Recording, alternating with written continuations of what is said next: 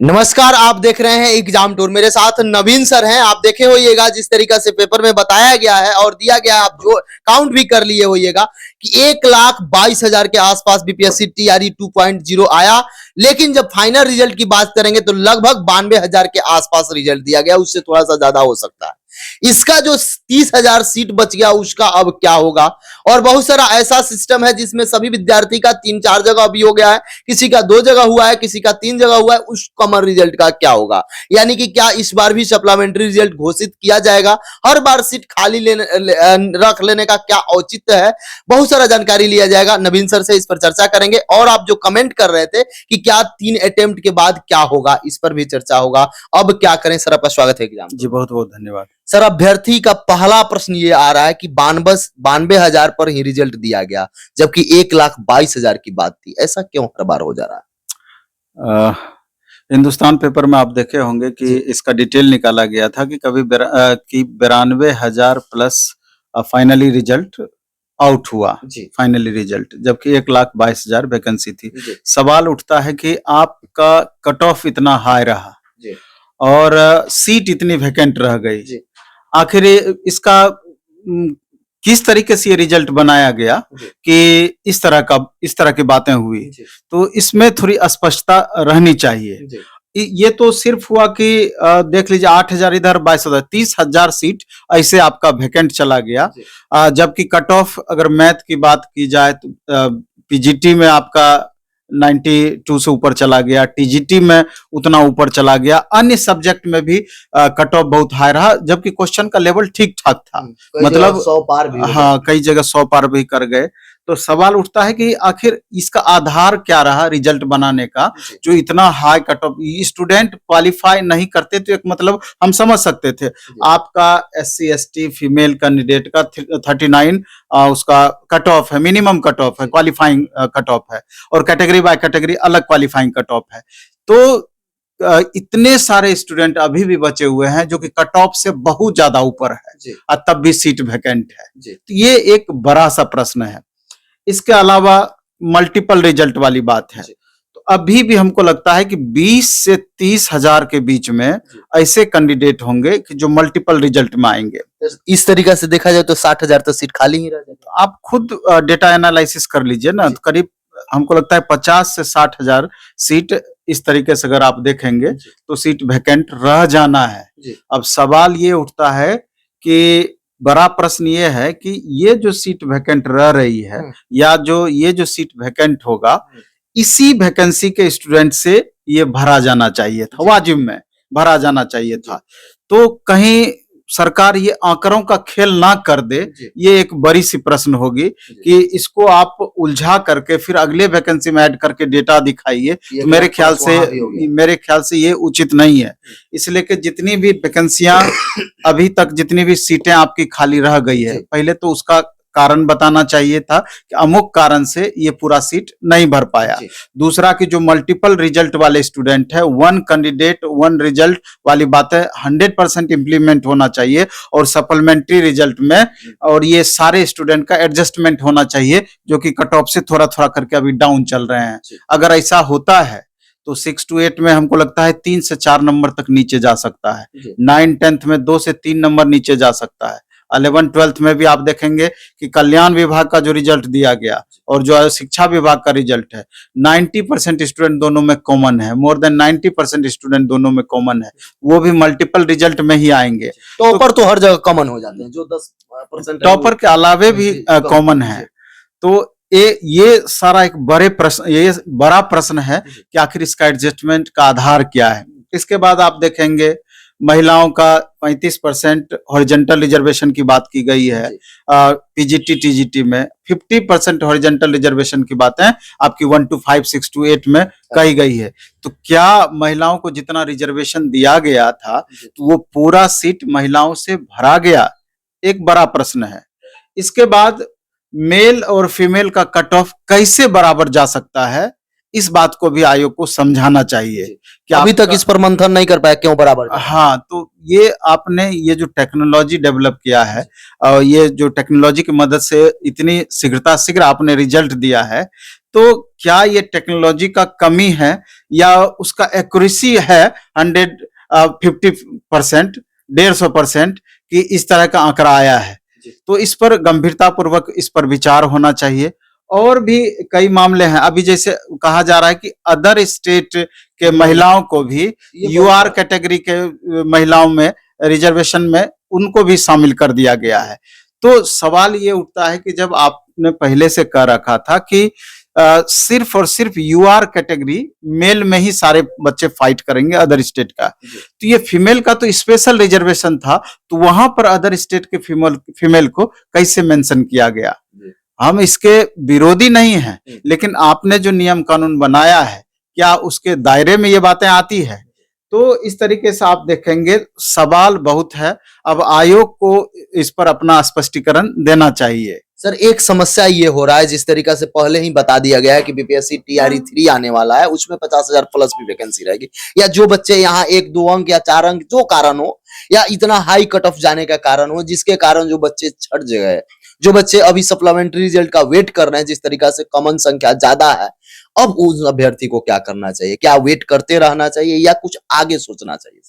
नहीं, मेरे ख्याल से तो अब गवर्नमेंट, शुरू से हम बोलते हैं बहुत सारी ऐसी बातें होती है कि जो कि आपके हाथों में नहीं रहती है, सिर्फ मेहनत ही करना आपके हाथों में रह जाती है। बाकी तो आयोग या शिक्षा विभाग या गवर्नमेंट जो भी करेगी आपको मानना ही पड़ता है मजबूरन। अब तो ऐसा स्थिति बन गया कि आप बहुत ज्यादा सवाल भी नहीं कर सकते हैं, बहुत ज्यादा सवाल भी नहीं कर सकते, आपका वाजिब सवाल होता है लेकिन आयोग का डंडा आप पर चलता है। तो ये कतिचित भी किंचित मात्र भी ये सही नहीं है। तो इसलिए हम उन तमाम अभ्यर्थियों को जिनका कि कुछ एक मार्क्स से कम है, वेट एंड वॉच की स्थिति में ना रह करके टीआरई 3.0 आपके सामने है, आप उसकी तैयारी में अच्छे से लग जाएं। और जो आगे होगा, अगर मान लीजिए कि सप्लीमेंट्री रिजल्ट में आप आ जाते हैं तो इससे बेहतर और क्या हो सकता है? नहीं तो आगे के लिए निश्चित रूप से आपको लगे रहना चाहिए। और जो टीआरई 3 में इस बार देंगे, जिनको जो इस बार एस्टेट दे रहे हैं, तो 7 से 7.5 महीने का समय आपके पास है, अच्छा अपॉर्चुनिटी है। पिछली बार के क्वेश्चन को आप स्टडी कीजिए, उसको आधार बना करके आगे के लिए लगिए। सर एक प्रश्न विद्यार्थी के मन में ये चल रहा है, आगे के लिए लग जाए, 2 माह में 2 टीआरई करा लिया गया, तीसरा 8 मंथ समय है, लेकिन 3 ही बार मौका का काउंटिंग है कि मात्र 3 अटेम्प्ट ही मिलेगा, और ये अटेम्प्ट कैसे काउंट किया जाएगा नोटिफिकेशन में भी क्लियर नहीं है। क्या तीनों अटेम्प्ट दे दिए वो बाहर चले गए? जिस तरीका से बीपीएससी अपना अन्य एग्जाम कराती है उसमें नो लिमिट है, कोई अटेम्प्ट नहीं है। यूपीएससी की बात करें तो वहां भी जनरल को 6 अटेम्प्ट दिया गया, अन्य कैटेगरी का अलग अलग है। सर ये क्या हो सकता है? इसमें चेंज हो सकता है, नो अटेम्प्ट हो सकता है, या 3 अटेम्प्ट के बाद विद्यार्थी बाहर चले जाएंगे? तो मेरा तो सरकार से ये मांग है, और बड़ा विनयपूर्ण ढंग से ये मांग है मेरा कि अटेम्प्ट वाला ये सिस्टम समाप्त होना चाहिए, बिल्कुल भी। अब कोई इतना दिन से लगातार ग्रेजुएशन किए, फिर इसके बाद बीएड किए, टेट पास किए, एस्टेट पास किए, अब उनका अटेम्प्ट के कारण 1 मार्क से रह गया, दूसरे बार आधा मार्क से रह गया, 1 मार्क से रह गया, और 3 बार होने में टाइम थोड़ी लगता है। अभी आप कितने दिन के अंदर में 2 बार करा लिए, तीसरा बार आप कराने जा रहे हैं, तो अटेम्प्ट 1 साल के अंदर में, यानी कि उनका करियर खत्म यहाँ पर। तो ये तो होना ही नहीं चाहिए। हालांकि अभी जो ये सिस्टम बनाई है, तो अटेम्प्ट काउंट होने का अभी भी बहुत सारे स्टूडेंट के बीच कंफ्यूजन होता है। अटेम्प्ट काउंट 1 to 5 का 3 अटेम्प्ट, 6 to 8 का 3 अटेम्प्ट, टीजीटी का 3 अटेम्प्ट, पीजीटी का 3 अटेम्प्ट, ऐसे होता है। लेकिन अटेम्प्ट होना ही नहीं चाहिए। ये 3 अटेम्प्ट सरकार से गुजारिश है कि एनी हाउ इसको समाप्त करना चाहिए, नहीं तो स्टूडेंट का गोल्डन फेज जो ये जो इतना दिन जो लगातार वो मेहनत करते हैं, ये नहीं कि लास्ट मोमेंट में जाकर के वो चारों खाने चित्त हो जाएं। सर एस्टेट का डेट बढ़ा दिया गया है, 7 तारीख तक आवेदन कर सकते हैं। पिछला बार बहुत सारे विद्यार्थी कॉमन को लेकर, सब्जेक्ट कॉम्बिनेशन को लेकर गलत कर दिए, उनको समझ में नहीं आया। इस बार अच्छा मौका है, यदि इसमें पास करते हैं तो टीआरई 3 में भी उनको लाभ मिलेगा। उनको सर क्या सजेस्ट कीजिएगा? नहीं, उनको तो है कि मार्च में उनका एग्जाम होना है, तो अगर चाहते हैं कि टीआरई 3 में वो सीरियसली एग्जाम दें, अगर अच्छे से अटेम्प्ट लेना चाहते हैं, अच्छे से एग्जाम देना चाहते हैं, तो अभी से एस्टेट और टीआरई दोनों को कम्बो बना करके, दोनों को एक साथ टारगेट लेकर के उनको चलना होगा। एस्टेट पास करना मेरे ख्याल से बहुत ज्यादा दिक्कत नहीं होना चाहिए। पिछली बार भी लगभग 80% स्टूडेंट पास किए, क्वेश्चन का ऐसा लेवल था, बहुत दिक्कत नहीं होगा। लेकिन फिर भी सब्जेक्ट पे पकड़ नहीं होगा, पिछली बार भी 20% फेल किए हैं, जी तो आप ही के बीच के स्टूडेंट हैं, तो अच्छे से अटेम्प्ट कीजिए। और दूसरा कि भरोसा भी नहीं है कि बिहार स्कूल एग्जामिनेशन बोर्ड है, पिछली बार क्वेश्चन का जो लेवल रखा है तो आसान जरूरी था। नहीं है कि इस बार भी वही लेवल रखेगी, इसलिए आपको पूरी तरीके से मुस्तैद होकर तैयारी करनी चाहिए। और हम ये कहना चाहते हैं कि प्लेटफॉर्म में भी स्पेशल प्लेटफॉर्म बाय नवीन कुमार सिंह ऐप हमारा जो है, जी उस पर भी अभी 5 तारीख से हमारा ढेर सारा बैच स्टार्ट हो रहा है। 1 to 5 के लिए अलग, 6 to 8 के लिए अलग, 9 10th के लिए अलग, पीजीटी का भी बैच आएगा। इसके अलावा ऑफलाइन भी जो हमारा भिकना पारी सैदपुर मोड़ पे सेंटर है, यहाँ पर भी बैच आ रहा है हमारा।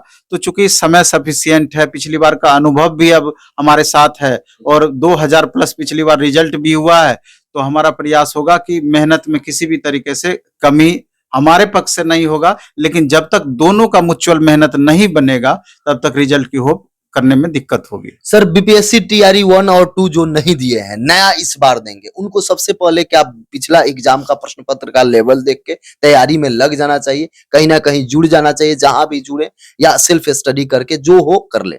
नहीं, जुड़ना या नहीं जुड़ना ये तो छात्रों पर निर्भर करती है। अगर उनको लगेगा कि खुद से ही हमारा हो जाएगा, तो जुड़ने का कोई जरूरत नहीं है। पॉजिटिव वे में मेहनत करना होगा। टीचर में क्या होता है कि वो आपको सबको अरेंज वे में अपने अनुभव का लाभ आपको देते हैं। खुद से क्या होता है कि अब सब टॉपिक पढ़ रहे हैं, बहुत सारे ऐसे टॉपिक मिलेंगे कि जहां आपको समझने में दिक्कत होगी, आपको ट्यूटर की जरूरत महसूस होगी। अंतर सिर्फ यही होता है, या skip नहीं तो करना है, उसको हाँ, skip नहीं। सेल्फ स्टडी के से बड़ा कोई स्टडी हम नहीं मानते हैं। जी। लेकिन ये स्टूडेंट पे पर्टिकुलर निर्भर करता है कि वो किस रूप में इसको लेते हैं या किस तरीके से समझते हैं। बेस अच्छा है तो प्रैक्टिस अधिक से अधिक कीजिए, तब भी काम चलेगा। नहीं तो एक बार ट्यूटर के साथ मिल करके एक बार फिर जोर लगाइए, तब भी काम चलेगा। सर, जिस तरीका से एनसीईआरटी का वर्चस्व रहा अभी तक, जो दोनों एग्जाम हुआ एनसीईआरटी के लाइन बाय लाइन पूछे जा रहे हैं, इसको लेकर सर एनसीईआरटी का अगला बार भी इसी तरीका से रहेगा, तो एनसीईआरटी को कैसे नहीं, एनसीईआरटी और एससीईआरटी बिहार के संदर्भ में देखा जाए तो दोनों को आपको लेके चलना होगा। हालांकि दोनों में बहुत ज्यादा डिफरेंस नहीं है, 10% 5% का डिफरेंस है। बिहार का कुछ खासा टॉपिक है तो उस पर ज्यादा फोकस किया गया, अंतर यही सब है। तो दूसरा ये कहना चाहेंगे, हमारा प्लेटफॉर्म का रुक्मिणी पब्लिकेशन से अभी 1 साल से वर्क चल रहा था एनसीईआरटी एससीईआरटी का बुकलेट पर, स्पेशल बुक जिसको क्लास नोट्स का हम नाम दिए हैं। जी। अभी physics, chemistry, bio, history, polity, economy, geography 7 अलग अलग वॉल्यूम में आया हुआ है। तो जिन स्टूडेंट को भी जरूरत हो तो वो बुक स्टॉल से सब जगह उपलब्ध है बुक। वो आप एनसीईआरटी एससीईआरटी 6 क्लास से 12 क्लास तक एक ही बुकलेट में, अलग अलग बुकलेट में आपका होगा। आप पहले कंटेंट देखें, अगर अच्छा होगा लगेगा आपको तो उसको लेकर के आगे कंटिन्यू कर सकते हैं। जो भी अभ्यर्थी देख रहे हैं, यदि बीपीएससी टीआरई 2 दिए हुए हैं, इसके बावजूद भी किसी भी प्रकार का कोई डाउट हो तो आप कमेंट बॉक्स में जरूर कमेंट करें, फिर से चर्चा करेंगे। सर, समय देने के लिए बहुत बहुत धन्यवाद। बहुत बहुत आभार।